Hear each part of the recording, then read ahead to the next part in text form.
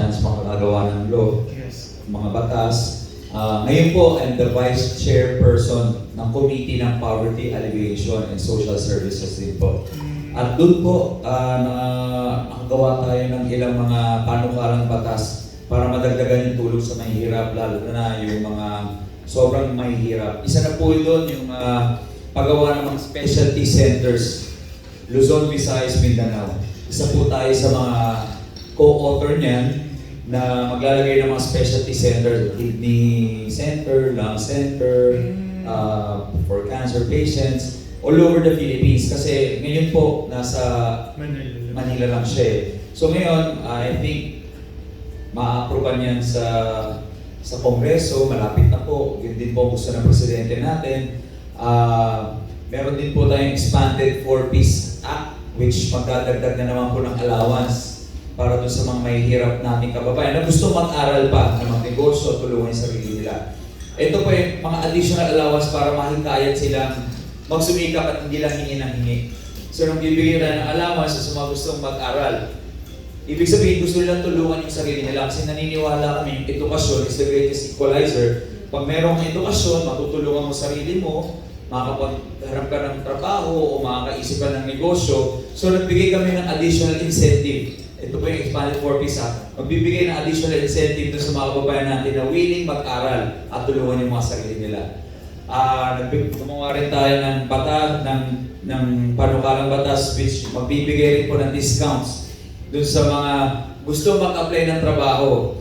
Discount sa NBI clearance, barangay clearance, birth certificate. Kasi ito po yung mga ginagamit para sa pag-apply ng trabaho, di ba po ba? Yes. And pag ikaw, marami kang ina-apply, bili ka ng bili dyan, di ka pa nakakapagkuha ng trabaho, buo ka na sa utang, dito na sa mga permits na to. So, binigyan natin ng discount din yan para doon sa mga gustong tulungan yung sarili nila.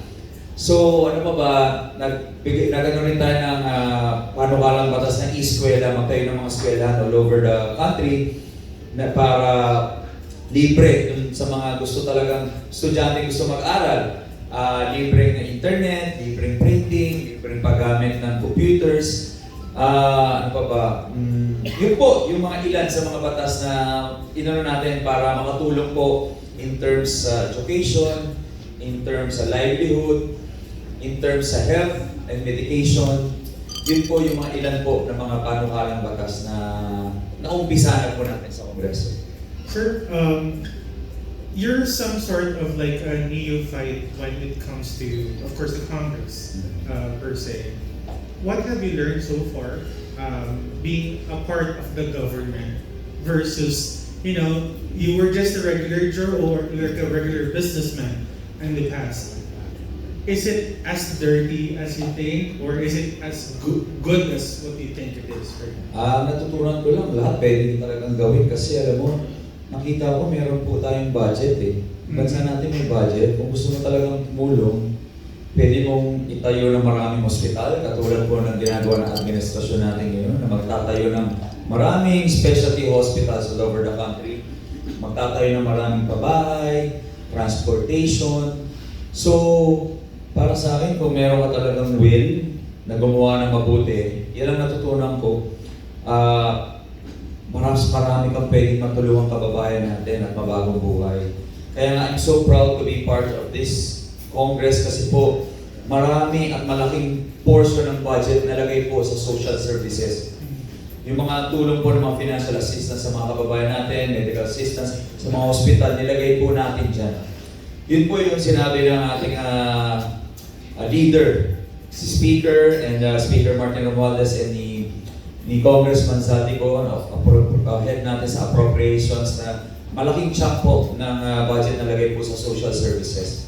And that's because of the will of the people and the leadership sa Congress. Alright. Thank you so much, sir. Thank you so much po.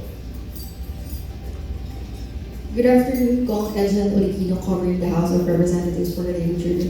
You are a member of the 19th Congress, Kong. Your colleague, Congressman Arnie Davis, was expelled from the House of Representatives on Wednesday owing to his prolonged absence and his recent designation as a terrorist. Did you vote yes to his expulsion? I think nakaboto po yata tayo. Ano po? Yes. Apo. Okay. Second question ko, what is your comment about his disorderly behavior and violation of the Code of Conduct of the House of Representatives? One of the three reasons the House cited in its report was Congressman dance in boxer shorts in a video uploaded on his social media account. Do you think the House made the right decision? Una, hindi ko po napanood. Saka, I think yung basis po yata is more on yung hindi niya pagpasok at hindi niya pag-uwi. But doon po doon sa sinasabi niyo, hindi ko po napanood yan. I think that's not the basis. Tsaka yung focus ko nga po is more on my advocacy. Kasi may committee on ethics eh. Yes. Kami, nasa committee kami ng poverty alleviation, committee on social services, committee on welfare of children, and committee on disaster resilience. Doon po yung tutok namin. Kaya nga dito sa Tutok Tuwid, lagi namin sinasabi, nakatutok po kami dito sa mga core values and core advocacies namin. So ang tutok namin more on that, and alam ko yung nakatutok dyan is yung committee for that po. Alright, sir. Last question, what does the Tutok Tuwid party list represents in Congress, and among the bills that you mentioned earlier, what is your priority, sir? Ang nire-represent po ng Tutok Tuwid is the urban poor, the youth, and the elderly. Yan po yung mga natutulungan natin at yan po yung karamihan na humihingi ng tulong sa atin. Lumaki po ako dito sa urban area, nakita ko yung kahirapan dito first hand.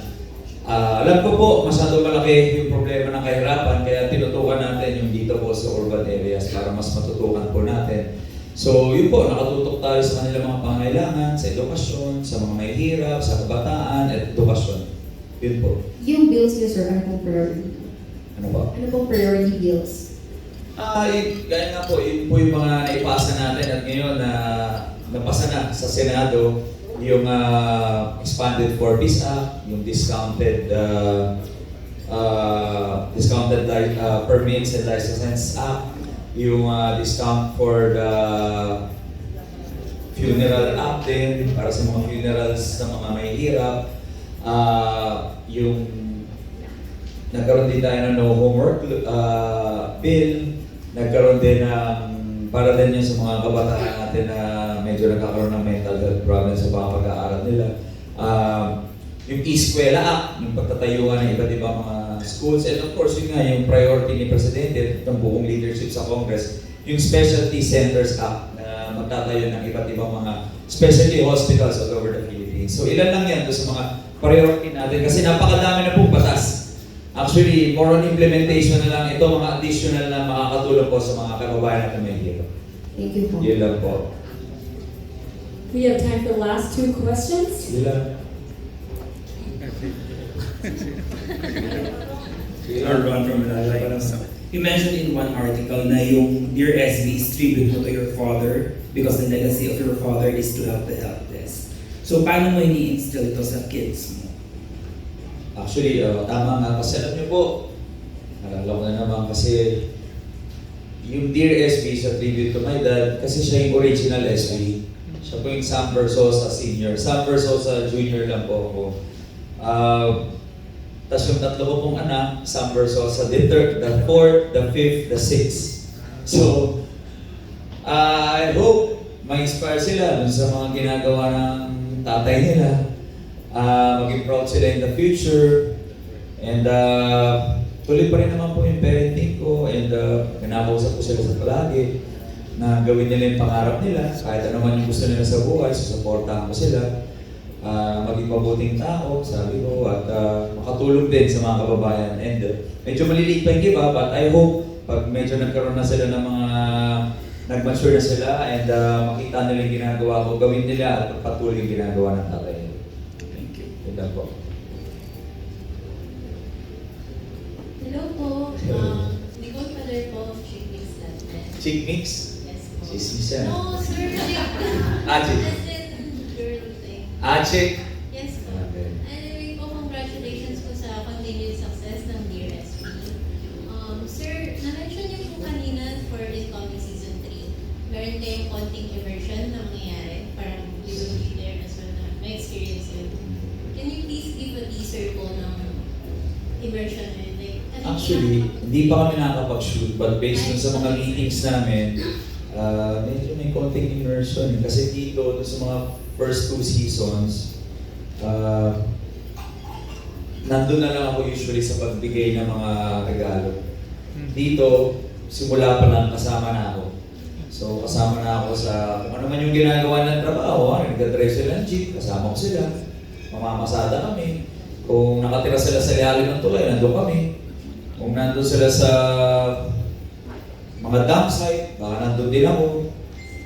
So medyo mas challenging and mas siguro mafe-feel ko kung ano yung nararamdaman nila hirap para siguro mas maganda pa yung tulong na mabigay, mas marami at mas malaki pa yung tulong na mabigay namin.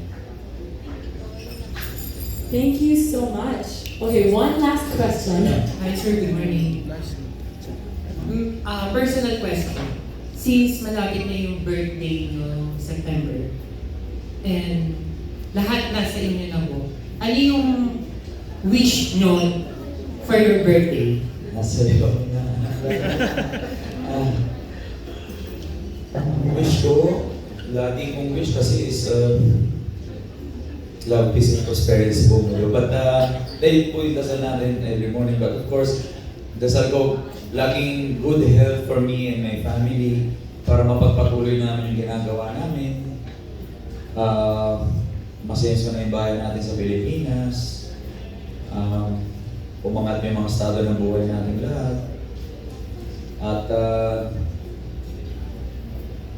personal no? More on health talaga. Alam mo kasi kahit gaano ka successful kung hindi ka healthy, katulad niya, I lost my dad noong February, wala din. So, more on health. Kaya ako, lagi kong promote yung health ngayon. Kaya magkakaroon ko ng SB Run this November. Kasi, tumatanda na rin tayo. So, we're promoting to be the best version of ourselves, continuous growth, personal growth, and fitness na rin. So, mind, body, and soul. So, gawin natin kung ano gusto mong pagpapasaya sa atin. And ito nga, nagpapasaya tayo ng tao, nagbibigay tayo ng pag-asa, nagbibigay ng saya. So, tuloy-tuloy lang Dear SB, Front Row Cares, Batang Sampaloc Foundation, Miss Universe Organization, ng mga tulong natin, pati pagsuporta sa lahat ng mga charities na sinusuporta natin. Yun lang po. Maraming salamat Maraming po. salamat. Let's give Mars the big round of applause. Thank you so much po sa lahat ng mga tanong at sa suporta ninyo. Maraming salamat po. Sana kasama ko kayo sa journey na to, sa journey ng pag-inspire ng ibang mga tao, tumulong pa at bumago ng buhay ng mas maraming tao. Maraming salamat po. Maraming salamat po. Talagang nakaka-inspire.